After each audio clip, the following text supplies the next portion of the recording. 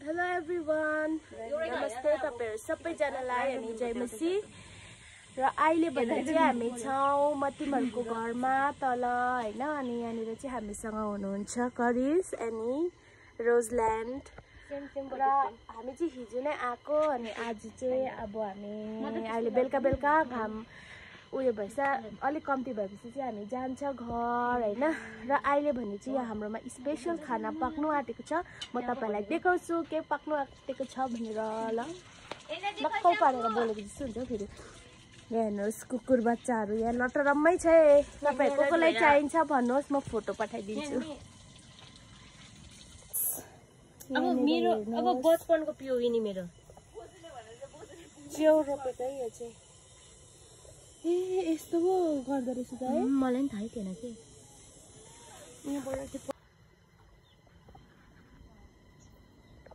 Guys हाम्रो चाहिँ के डढ्दैछ है। यहाँनिर चाहिँ रेडी अब चुलामा पकाउनको लागि। हेर्नुहोस् हेर्नुहोस् बच्चाहरू रुखमाथि।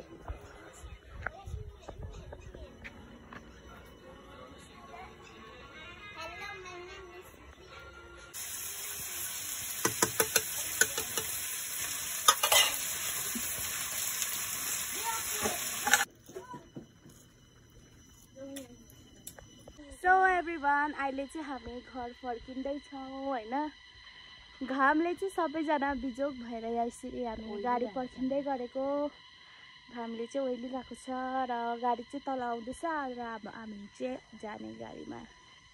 ल बस साह्रै अल्छी लाग्यो ल। म चिन्दिनँ तपाईलाई भन्देऊ न सो एभ्रिवान अहिले चाहिँ हामी घर फर्किँदैछ।